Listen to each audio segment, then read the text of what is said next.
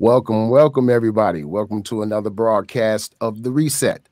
I am your host, Mr. Andre Clay. And today we have a really good show for you. Today's show is Race and Reaction, White America's Involvement in the Protest for George Floyd. Today's show is a call-in show. Last 15 to 20 minutes of the show, please call in. It's 708-414-0849. That, again, is 708-414-0849. Today's show has been highly anticipated for the last week. I've noticed on Facebook. I have gone through my messengers and a lot of optimistic views about today's show I've been receiving. I brought with me today three guests of mine, three very good friends of mine. Mr. Greg McAleer has been on the show before. We also have Ms. Debbie Dodge Bodie and also Miss Mona Weber Armstrong. And together, they are representative of our allies in this fight against injustice, police brutality. And I'm very eager to hear their points of views today. Again, today's call-in show is 708-414-0849. Now, before we get started, one of the reasons, one of the biggest reasons, I'd say motivated me to do this show was we anticipated the protest that was gonna take place after the death of George Floyd.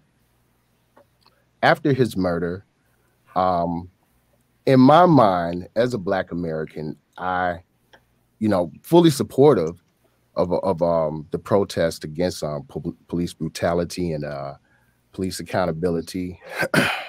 The thing about it is, I didn't feel optimistic about it. I didn't feel hopeful about it because in the past we have seen protests end up not meaning much legislatively, not really bringing about any real change to this. Until that morning, I woke up and saw the first day of protest, and I saw something I never saw before. I saw people of all races protesting. I've always usually seen a predominantly Black protest. And along with that, all of the usual criticisms of the protest that I've always, heard. But this protest was different. I saw tons of young people, young white kids, Hispanic kids, Asian kids. Not a lot of Asian kids, but I was so happy to see that. And I thought to myself, wow, that's different. I never saw that before. And as the protest grew, I saw more and more people of all different races and cultures get involved and participate. I saw it spread from state to state. We've seen the spread worldwide. And so I'm like, I want to know why. What motivated other cultures to decide with this protest, with this particular protest? What was it? What was it that motivated you to get more involved? I have to say I'm very proud of that. I have to say that. And it is something that I would like to see more of, because that is what America is really supposed to be about. So, with that being said, today I have with you three of my guests. Each one will be introducing themselves to you. And before we get started with that, I do have a quick article. You guys know me. I like to read a little something. So let me go to my screen share here.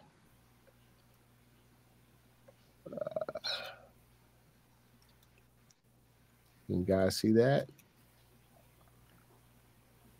All right.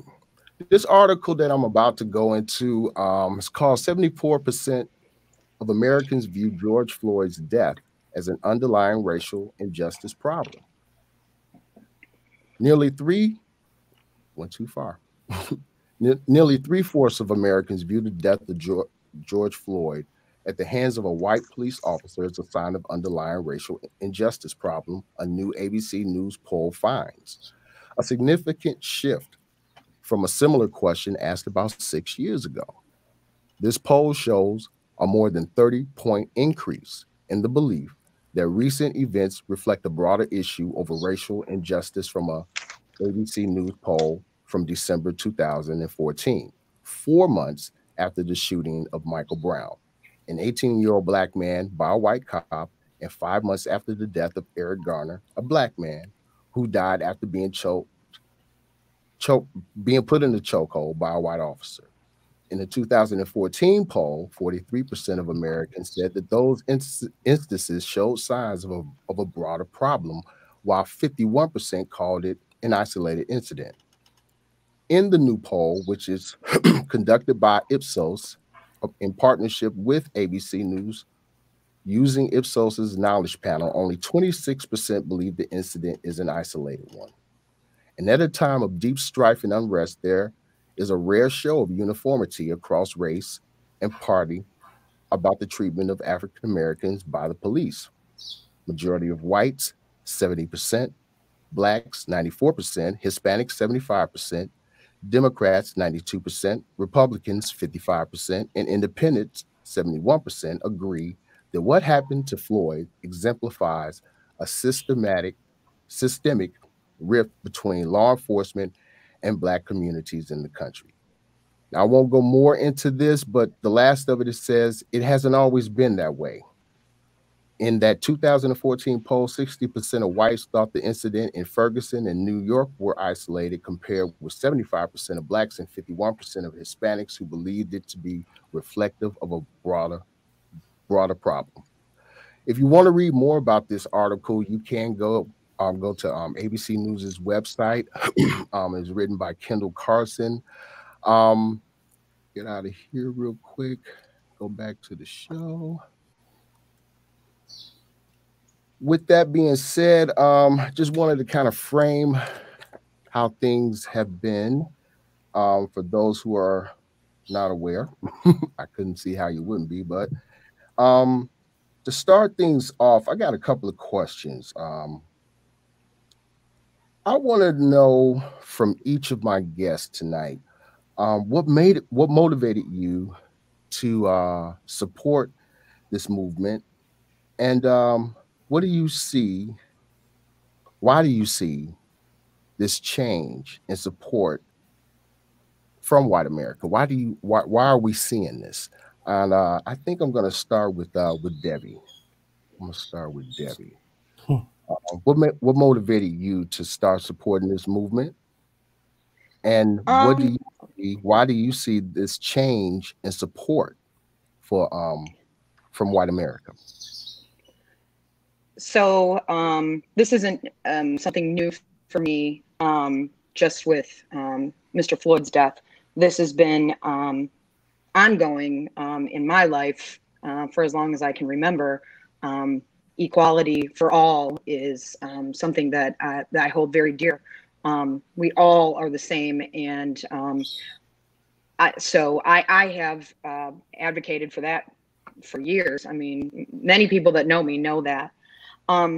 What I think is different, so in that article, I know that I read it on Facebook with you. I follow you, you follow me, so I know that we shared that article between ourselves. 6 years ago, you know, there was, you know, if you look at the timeline, I don't know if anybody caught Spike Lee's and ESPN's show, and they did talk about Michael Brown. They talked about basically, you know, they categorized over 6 years all these deaths that we've just watched and watched and watched. And I think you're seeing a 30% increase in these numbers for a couple of different reasons. You know, the Gen Zs are starting to come into their own and say, hey, this isn't right. We're all the same. The other thing that I think that you're definitely seeing is people looking at this and no longer being able to turn a blind eye. We all watched that video. You have to be living under a rock if you haven't seen at least some clip of that almost 9 minutes of that officer on Floyd, begging for his life, crying for his mother, literally decompensating in front of our eyes. There's no way that any decent human being can turn away and say he deserved that. Right. So I think that that has definitely highlighted for a lot of people that maybe this is enough. You know, when we start seeing people murdered, and that is the term that I'm going to use for it, by our police officers, and our children are watching, they're watching us and they want to know what we're going to do about it. So, you know, maybe, and I don't advocate for anybody losing a life, Right. you know, certainly, but his daughter has said it once and said it numerous times in all the clips that I've seen. I think she's 6, and she said, "Daddy's going to change the world," and maybe he will. Yeah, yeah, I heard that. I feel you, Devin, and thank you for being such a strong ally. Yeah, you and I, we always chit chat on Facebook, and so I know exactly what's up with you, girl. I already know. I already know. You know, I think you hit on a really important point about the younger generation. They they definitely they see it for what it is. And I love their courage. And so I think they're in desperate need of our guidance. But yeah, that they see it for what it is. And you're right. It was too obvious for people to just, turn away and act like I didn't see that. Nah, that was 9 minutes. That man is gone. And yeah, it was tough to watch, too tough to watch. Greg, same thing, my man. What motivated you to support the movement for Black people's fight for justice, and why do you see this change in white America that we're all witnessing? Well, I'm like Debbie. Uh, this is something that I've felt my whole life. This is the way I was raised. I mean, and I think that's what a lot of this all goes back to is the way you were raised. Were you raised with different minorities around you, or were you raised in a predominantly white or all white background or area? Um, so I was raised with people of all backgrounds. I was born and raised in the city, and you start to see people for who they are, Right. not what color they are. I have friends that are Black, who to me they're almost like family. I don't see color. So, and as far as what's going on now, I think for the first time, we've all got to witness a situation from start to finish. We've never seen that before. We see how fast a situation deteriorated when it didn't have to. And people are starting, if you notice now, especially throughout these protests, you know, police are starting to look more like military, and the military is And trying act to be like turned into the police. right. There's definitely something going on here, and everybody is saying it stinks, and we're not going to take it. That's what's up, man. Yeah, you're absolutely right, man. America is fed up. America is Yeah, definitely fed up, man. I'm seeing it, and you're right. The military, yeah, they have definitely become more militarized, and they have recently shown a willingness to use military force on civilians. Um, it's not pretty out there. I'm glad that the protests continue despite that threat. or what appears to be a threat. You Right. know, I'm gonna be fair about things, Uh, but yeah, it's you're right about that. Mona, same thing to you. What motivated you to support the movement? Why do you think we're seeing this change from white America?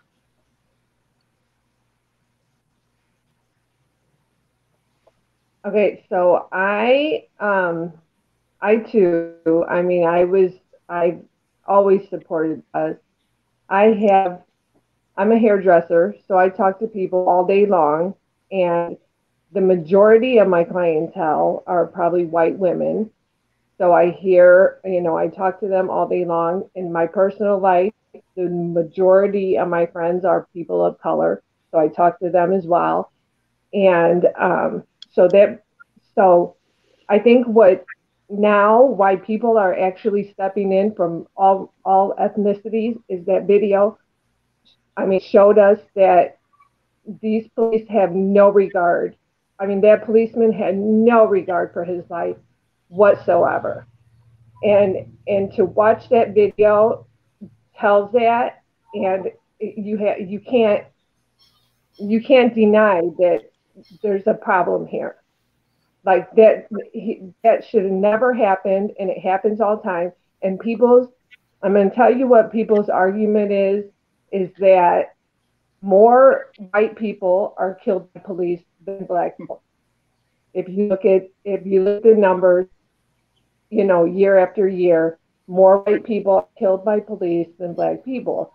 That's the argument. Right. But I think that people now are realizing the problem is the how and why. There's no reason for it.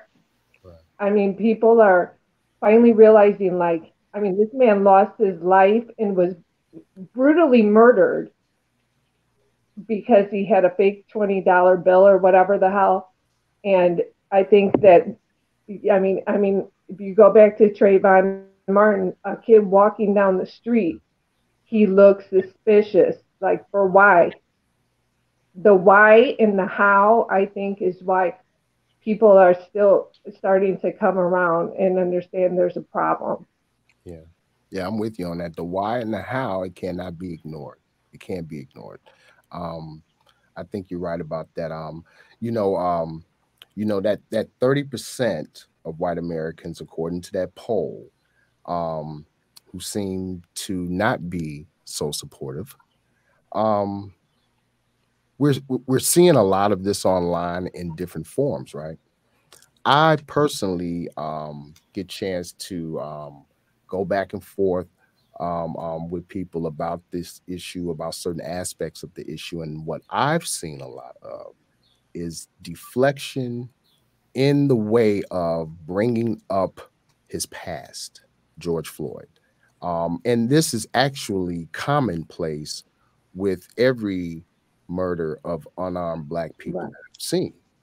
Um, Also, Mona brought up a good thing, something about how the numbers. And what I have always debated with people about is unless you are giving me context to the data, to the numbers that you are presenting me, those are just numbers and they don't mean anything. It's the context that gives it the definition that explains it. And so with that 30% not being so supportive and with the deflection that we see, the the insults that we've witnessed, um, why do you guys think we see this kind of resistance um, f- um, from some white Americans? Why do you think that? Where does that come from, and why do we see that? Um, Greg, let me ask you, why do you think that is? Where does that come from? Why are we seeing it? Again, I mean, it's all about where you grew up. What did your parents teach you? You know, I there are people that I know that and some of them will brag about the fact that they're racists. Hmm. And I find it disgusting. but it's the fact that this was instilled in them from the very beginning. And their parents probably the same thing. This is something that goes down family lines for generations. Yeah, right. It's generational. Yeah. And they just aren't going to give it up. It's these people, they're just like Trumpers. I mean, no matter what the guy does, it's fine. If anybody else had done it, it wouldn't be fine. But same thing. I mean, people look at black people and they're just, no matter who they are. We saw this with President Obama, probably the greatest president we've had in the between the 21st and 20th century, besides Kennedy and Roosevelt. Yeah. But because he was black, look at all the backlash he got. This is something that's been instilled in them from a very young age, and they just aren't going to see it any differently. There's no changing their mind. I mean, you can tell just when you look at people's posts on Facebook, what are they referring this to? People that are like us are referring to this as protests. People on the other side are referring to it as riots. Mm-hmm. Mm-hmm. You're right. Yeah. Yeah. You're absolutely right, man. Mona, same thing. Why do you think we're seeing so much? We see some of the resistance and some of the deflection that we're seeing from some white Americans. Why is that? Well, Greg is right. I mean, it goes back to how you were raised and what you learned, growing up, and you're instilled, certain views. But also, the media has a lot to do with it.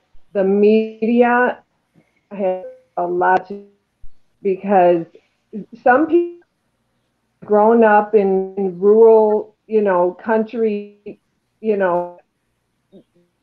literally have never had a conversation with a black person.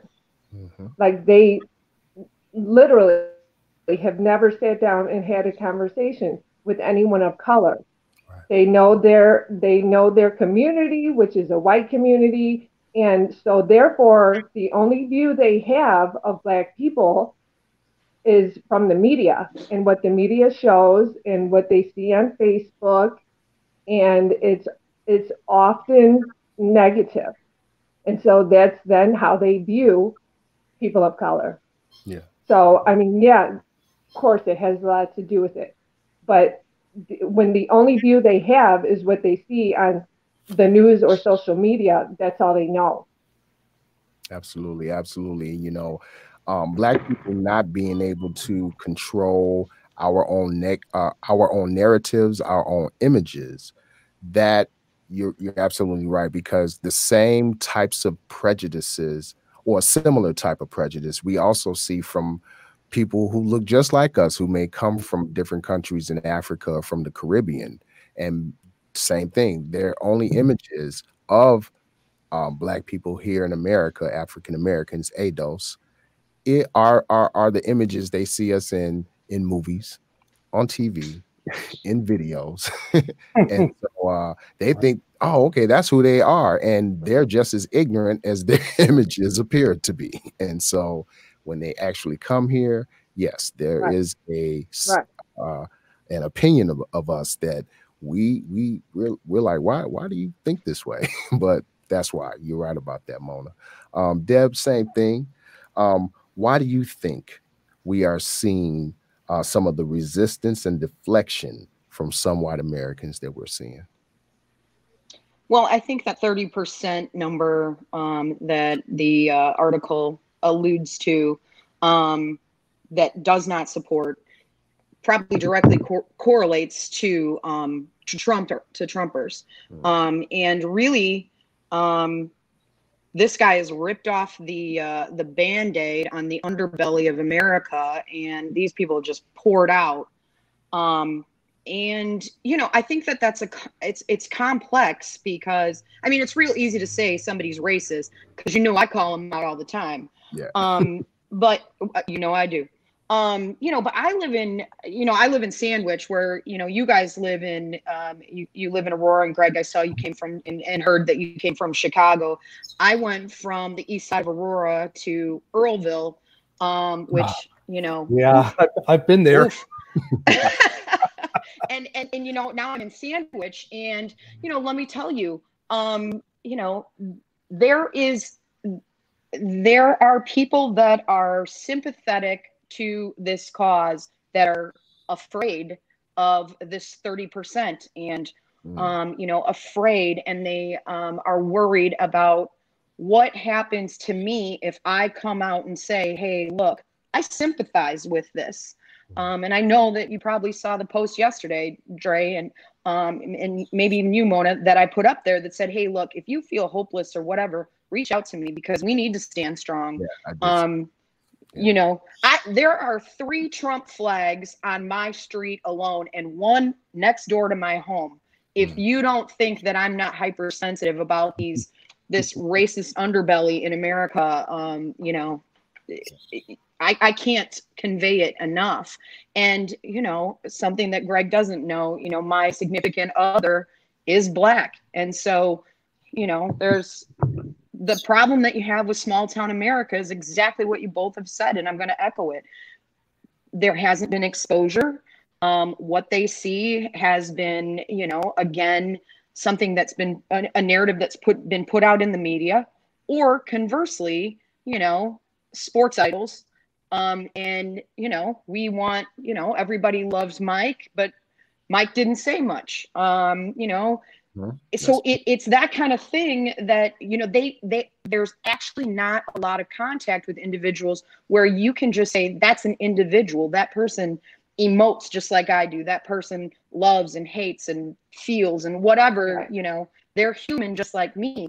And that's the thing that we have to overcome.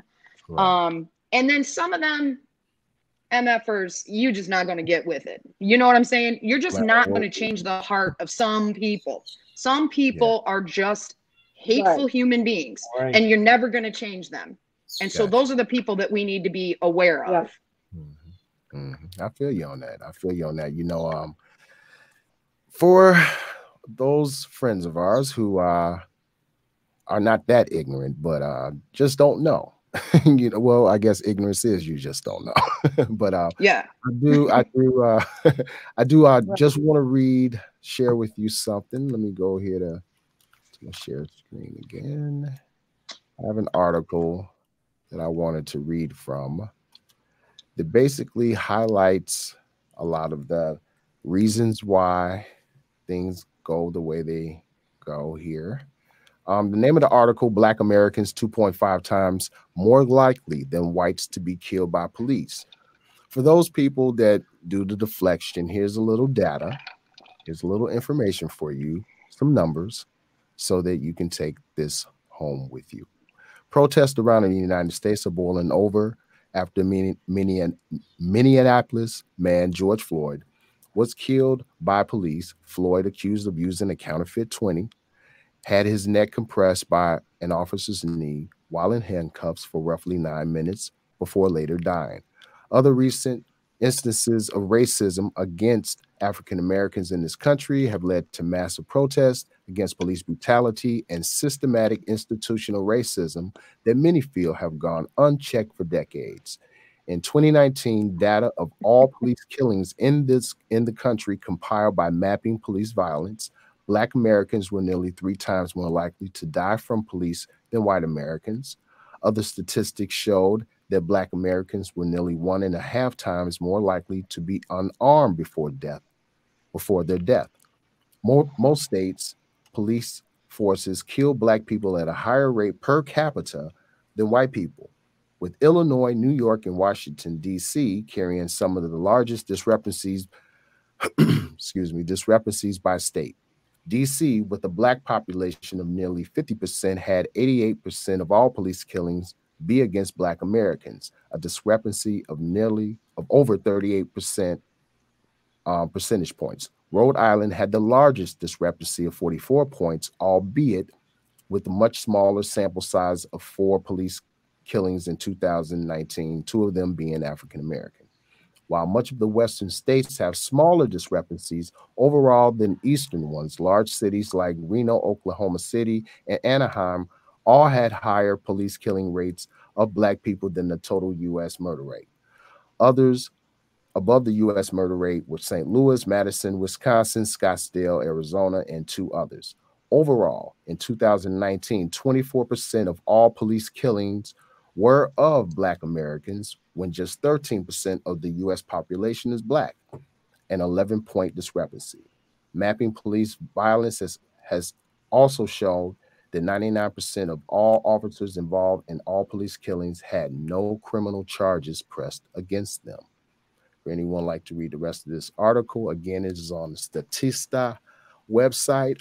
This website I sometimes use for the stats that I gather. Really good with their findings, the research that they do. The name of the article, Black Americans 2.5 times more likely than whites to be killed by police, by Wilhelm Roper. June 2nd, 2020, this article was from. Let me go back to stop sharing, go back to the show. And next question I wanted to ask is, why do you believe that 99% of all officers included in all police killings had no criminal charges pressed against them? Mona, I want to ask you that. Why do you believe that all these officers, no charges pressed?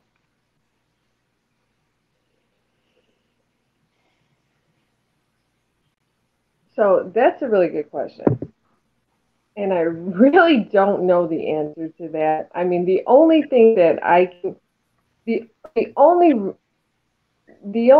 logical answer I can come up with is that if they feel, and they, I mean the powers that be, the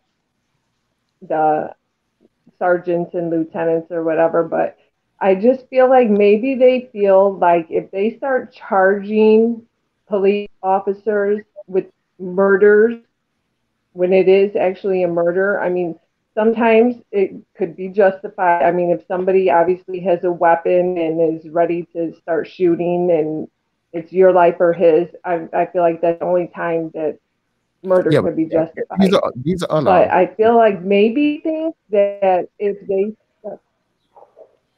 unarmed, okay. So maybe they feel like if they start charging these officers with murder, maybe they feel like that the people will look at them like they don't have any authority. Like maybe they think that people will start thinking, well, you know, we're going to charge these officers. I don't know these officers not be charged, because obviously if you are shooting an unarmed person, that's murder. There's no reason for it.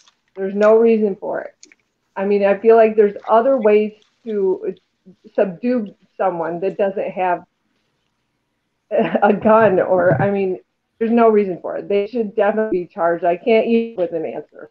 Andre, you know what? I can tell you why. Go ahead. I was just getting ready to come to you. You know why? What's up? It's the police unions. It's the police unions and the I don't know why. It's the strangleholds that they have on the city's governments and the attorney general's offices. Okay. You know, and I'm a member of 2 different unions, but I can see, you know, I have friends that are in government in Chicago, and most of the financial problems that Chicago has is because of the police unions and pensions and how much money is spent. And that's why it's the unions that have these contracts that these guys are virtually untouchable no matter what they do. Wow. Yeah. You know, I've heard that conversation. I heard that conversation a lot. I personally that think makes sense. That's the same thing. I believe the same thing. I do. Yeah. But what about you? What do you think it is? So I think that this is, again, this is not a one-stop shop. We have complex we have issues with complexities here. I think Greg's right. I definitely think that, police unions are a piece of this. The other thing is that I just read something recently that said 90% of the chiefs in the U.S. are white, so that's a problem.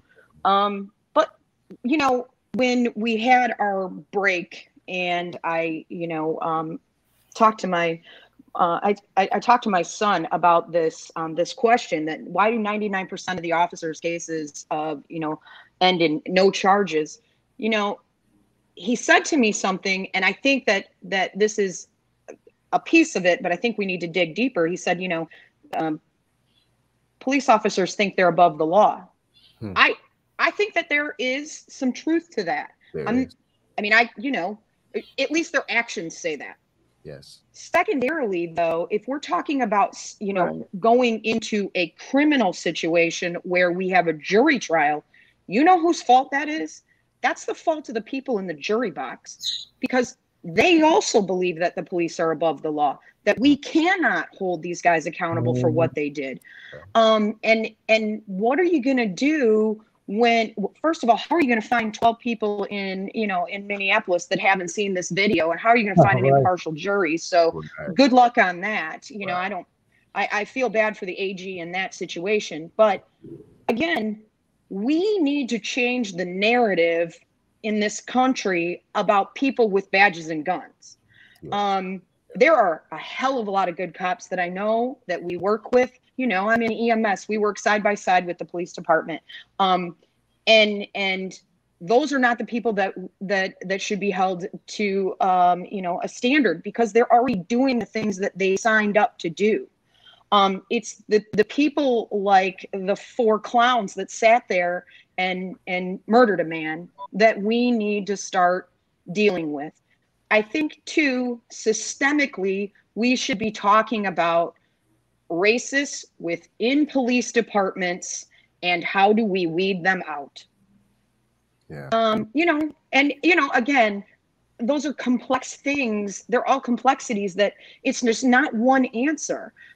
How come a cop who gets fired from one town can mosey on down the road and get a job in another town, right? Those are problems outside of large police unions. They happen in smaller, in smaller departments, but they still happen. This clown that put a knee on a man and murdered him had 18 complaints over 19 years. And somebody didn't think at some point that maybe we should tap the brake on this guy being in a community such as Minneapolis. Their own police chief, sued them for systemic racism and won. How does that happen? Not go unchecked. Who the hell up there is paying attention to anything? So those are, again, it's complex. It's not easy. And somebody had said to me, as I was talking about this with them, that, you should have to, if you're a cop, you should have to live in your community, because if I'm a white cop and I live in white rural America and I drive to a community that's diverse, I don't know how to deal with those people. That's right. I'm just saying, again, another problem. Our police officers should mirror the communities that they work within. I'm just saying, that whole issue is complex, and it makes me mad to see a statistic that basically is we're not holding our people accountable at all. And that's sad, because in other professions, in doctors, in emergency medical individuals, lawyers, they all are held accountable. And we have to take that kind of mentality and apply it to our police. And I know that, that may not be what people want to hear, but I don't want to see another person murdered at the hands of a cop who's, supposed to be taking care of people. Right. That's right. That's right, man. You hit everything right on the head. This is complex. It's multi-layered. The solutions to end this involve the police, the unions, all kinds of different legislation needs to be passed. All kinds of checks and balances need to be there. Jail time needs to be there. Mhm. Yeah, I mean, it's a lot of layers to this. And we just have to keep on fighting on all those levels for all those things. Um, Eventually, I am confident, I am optimistic that it will come to pass because enough is enough. Enough is enough. I do have one last article I wanted to get into, guys. Give me a second while I share my screen again.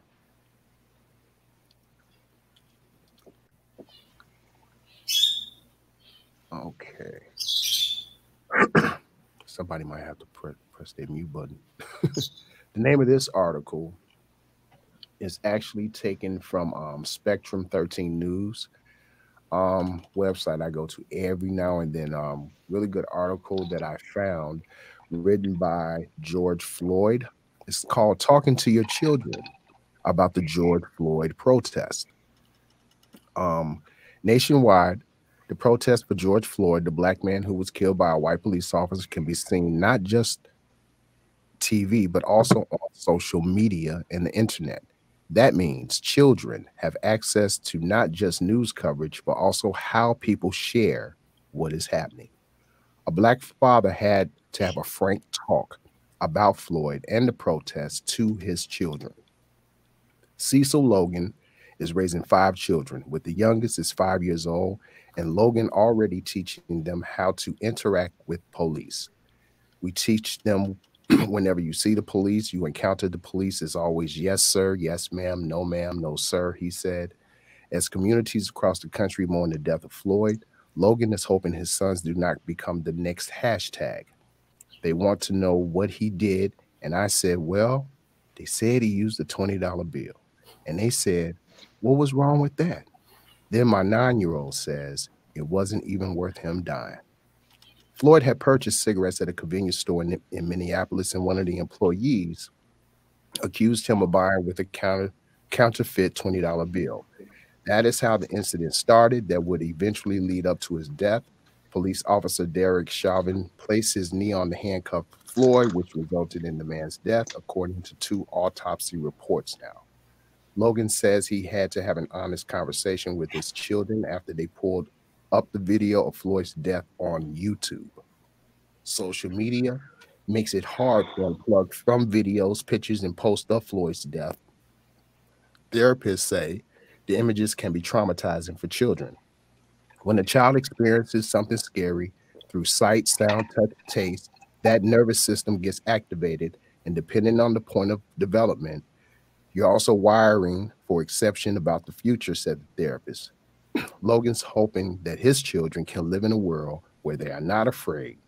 As parents, we don't have to be fearful when our children leave out the door. Now, with that article being read, let me go back to the studio. Got a last question for you guys. What are some of the talks you are having with your children or family members or loved ones about the protest and police violence against Black people and people of color? And this time I want to start with Debbie on this one. What are some of the talks you're having with your children or family members? So I have 5 kids, 4 boys, all white, and then my daughter. And I'm very political. My kids have grown up around politics. They also, have friends that are of color. They all went to protests.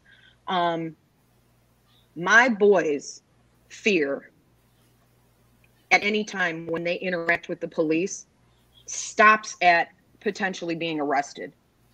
My boys don't fear ever having to have a gun pulled on them.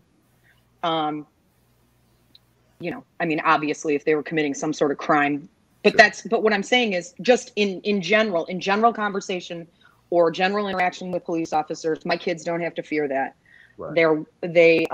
Because their skin is white. you know, and I know DL came out earlier this week and said, you know, the scariest place for a black man is in a white man's imagination. And that is true. You know, so the talks that I have with my kids are ones of, you know, this is wrong. We know why it's wrong. We're going to fight. We're going to, you know, stand up for those who have no voice. And we're going to lead our white community, you know, alongside the black community and say that enough is enough. My daughter, on the other hand, her dad is black. And in where we live, you know, I mean, I don't live in backwater Alabama, but I do live in Sandwich, Illinois. And I can't tell the difference some days. But my daughter, you know, when we sat down and asked Sophia, because we gave her a choice, do you want to go to the protest? And we talked to her about George Floyd, what she's seen, what she's accessed online. And, you know, Bruce and I had a frank conversation with her. And there is, I cannot express anymore the anxiety that I have when that man leaves my sight. And now I know what mothers of all colors who have kids of all colors go through every day when their kids go away from them. And it is a terrifying thing for us all. And we just should not be having those types of conversations with our kids. You know, we should be talking to 9-year-olds about things that involve 9-year-olds, not these, you know, systemic problems in America. And, you know, and it's sad. And I will say that I know that there is this talk that parents and kids that are of color have with their children. And you know what? That's not working anymore. No, it's not. I know Jamie Foxx was speaking out at George Floyd's memorial and at a protest, and he said that too, that, you know, we give our kids the talk. We tell our kids how to interact with police. And that's not working anymore. So now what do? Right? You know, that's a huge problem for parents. And I cannot imagine the anxiety and the anguish that being a mother or a father of young men, young black men these days, what they go through. And, you know, it's just terrifying. And that's, no parent should have to go through that. Right. None. I feel you. I feel you. Mon, I want to ask you to ask you the same question. What are some of the talks that you've had with your kids, and with you being an entrepreneur, maybe with some of the clients that you've had about the violence against Black people and people of color?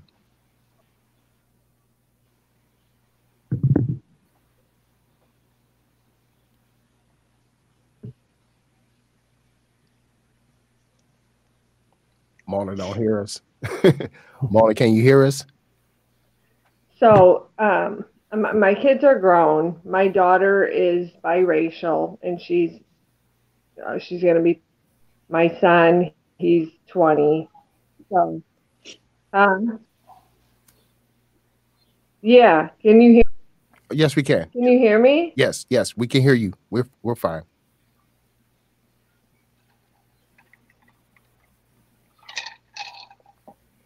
So anyway, so I have been talking to my clients mostly, and what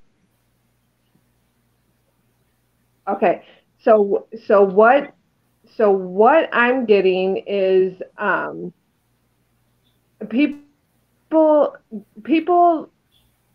they notice what is affects them, right? And if it doesn't affect them, attention. So with this video, Floyd really brought a lot of attention, and so it can't be ignored. And when you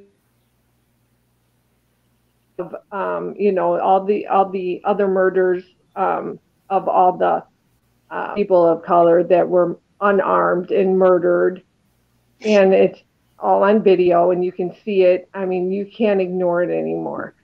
So the problem is, and like you said way earlier, Andre, I feel like you know, people are really starting, this is a problem, and the people that feel like you know, they right are joining in, and they are protesting alongside, you know, people of all races, ages, you know, getting together and protesting. And it's a wonderful thing. The problem is that the protest turns into looting and destroying property, and that has a lot to do with the way then people view this, because, you know, I don't know, like,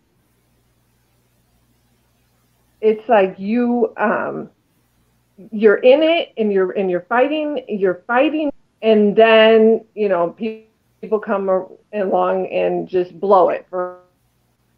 There needs to be unity. There has to be unity in order to what's wrong, and the people have to come together and they have to stand. And I think the voices are being heard, and from me talking, they're starting to have different views, and and change can be made from that, and I believe it, and I believe that it's in the right direction. But what they don't want to see is people coming out and you know, destroying their communities, and, you know, stealing from the small business owners. You know, that's a problem, and that's not helping the situation. But when it comes to, you know, closed-minded people already who are actually like, oh, this is a problem, like, I'm going to go ahead and join this fight. Like, so I feel like, you know, everybody needs to come together. And I'm not going to full protest, because it can't be peaceful, because then it won't be heard. Yeah, I mean, you need to, you know, stop track of it if you have to. And people are joining in. That's what needs to happen. I mean, we need to, everybody that stands for what's right and stick together. I feel you. That's right. That's what we have to do. Absolutely. Greg, same question to you. What are some of the talks that you may be having with your kids or with your loved ones about the protest and police violence against Black people and people of color? Well, you know, my kids are old enough. You know, my son, he's 18, he'll be 19 in August. My daughter's 14. Okay. And we've raised them the same way we were raised. And, you know, I have to say I'm really proud of my kids.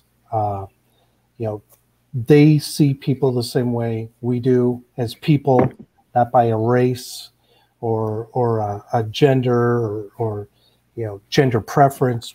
They don't see that. Right. You know, so we know we've done a really good job. So there's not too much we've had to really talk to them about. Mm-hmm. But they've been watching, especially my son, because my son is interested in going into the military, into the Air Force. And, you know, he was just beside himself the other night when they were showing what was going on in Washington, D.C., when they were clearing peaceful protesters out of there with violence and tear gas and rubber bullets, just so that jackass could take a walk and make a complete clown out of himself in front of that church. Yeah, go hide in the bunker. Yeah. But you know, he's seeing, you know, all kids should, we've never sheltered our kids. You know, I grew up in the city. I saw things that God, as a kid, that people in their late teens in the suburbs had never seen, good and bad. Mm-hmm. And so we felt it was important not to shelter our children either. Just let them see, once they pass a certain age, let them see what the world is like, what they need to prepare for. So,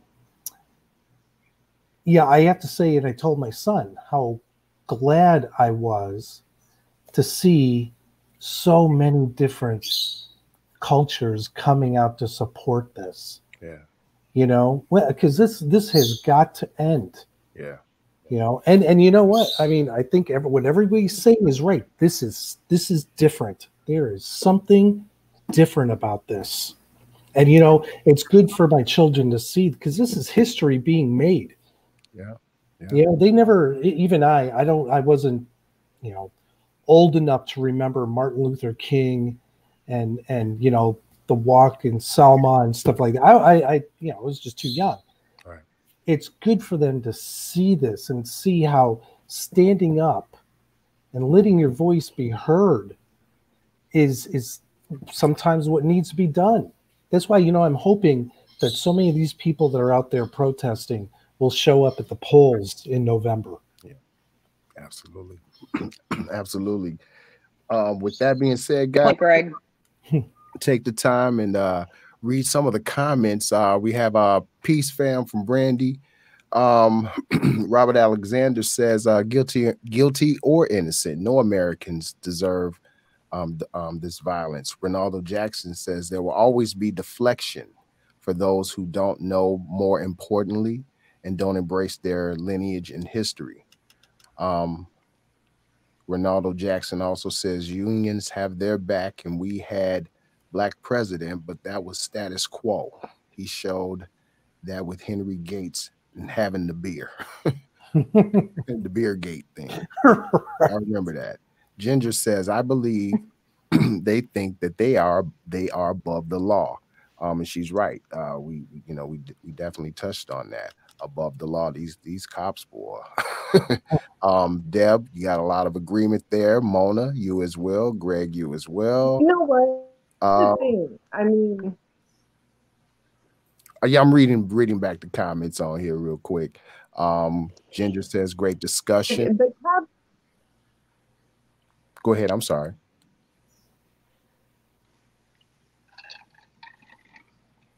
I was just going to say, like, that's their job, is to protect and serve. Like, why do you think that makes them, like, a better person than the person that they're maybe stopping for a traffic stop or whatever? Right. I mean, and Deb said earlier, and I agree, like, the cops need to, I think, be from that community. Yeah. Because like I said, I mean, some white people, they've never even had a conversation with anyone of color. And then you bring them into a diverse city and, they don't know how to talk, and it just escalates quickly. Absolutely. Absolutely. Despite the training to de-escalate that policemen are supposed to have. You're right. Absolutely right. At this time, folks, I want to invite people to call in. And if you have a question for one of the guests, if you have something that you wanted to share with us for this discussion, the telephone number to call in is 708-414-0849.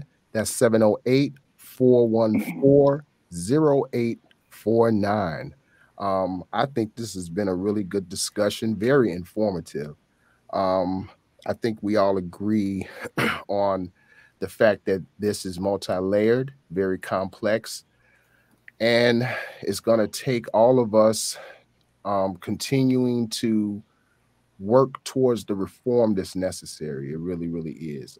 It's too necessary. It's been long enough, It's been long enough. We're all American citizens here. We're all going to work every day. We're all trying to have a better life for ourselves and our family. We're all trying to better ourselves. So the last thing we need is the police. They're gonna pick folks off, and it's just not necessary. I'm with you guys. A lot of some police officers, I think some of them do carry this attitude that they are above the law. And that's because they have gotten away with murder for so long. So yeah, they're gonna feel that way.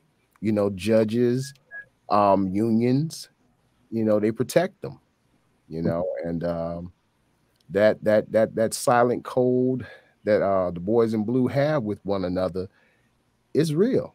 And it doesn't matter what color that person is. Once you put on that blue uniform, I'm seeing that, you know, that dedication towards that culture. If it's a negative culture, people adhere to it. You know, it doesn't matter what race you are. You know, you you put on that badge, you doing what the boys in blue want you to do. And so, you know, it's crazy. I don't understand why it happens. Call in show for.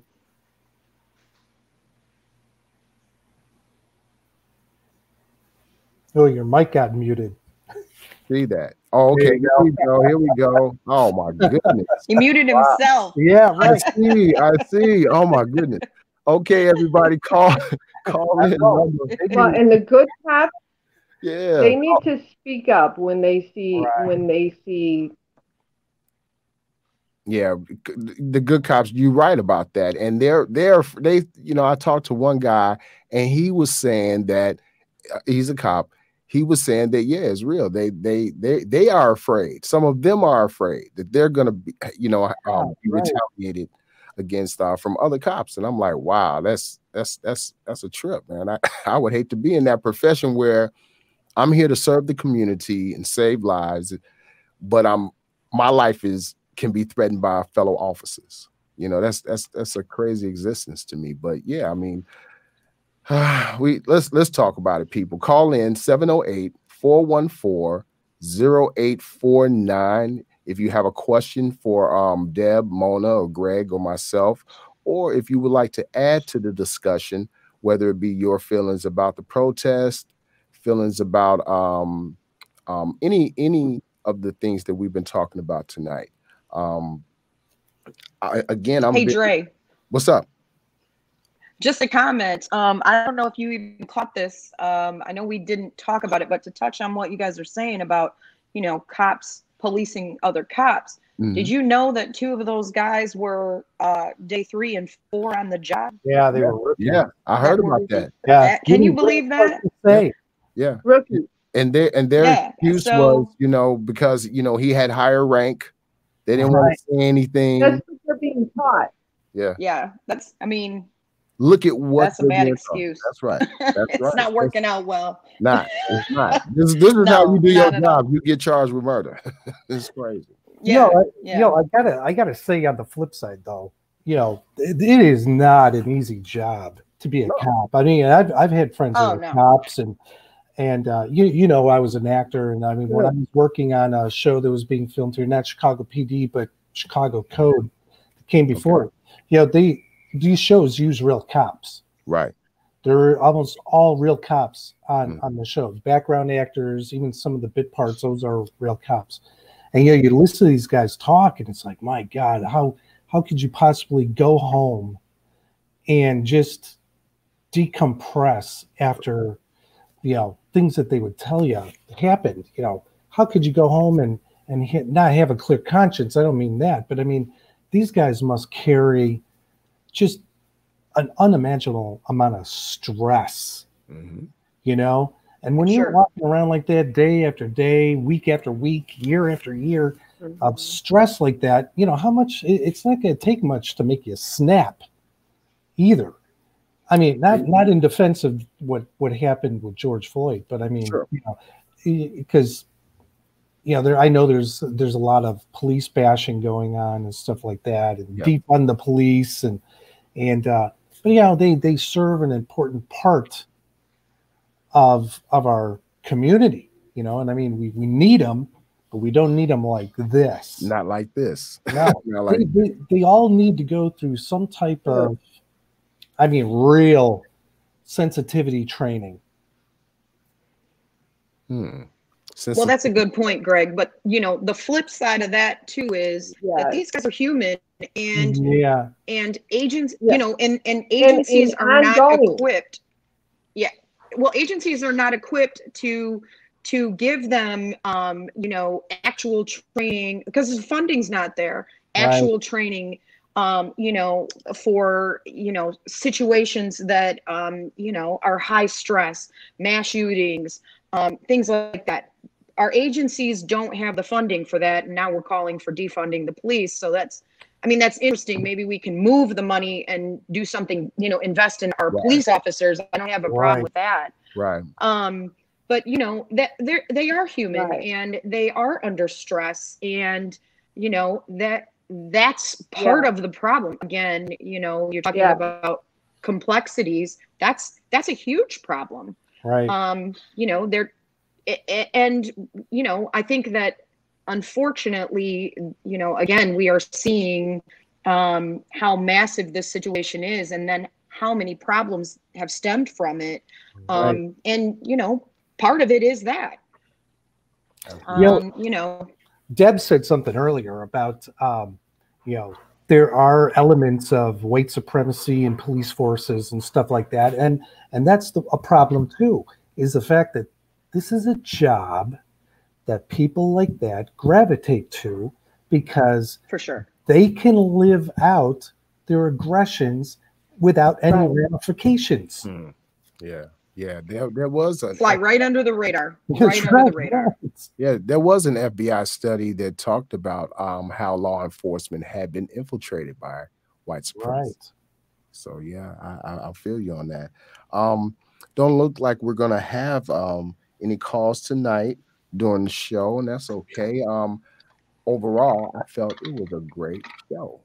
Very, very informative. I appreciate you guys for joining me today for this discussion. Very important, Greg, Deb, and Mona. Next week, we will have a new show for you guys next Thursday, 4 o'clock Central Standard Time. But thanks again for joining us on the Reset podcast for the working class. And we'll talk to y'all later. Peace. All right, Dre. Stay safe, man. All right. All right. And the broadcast.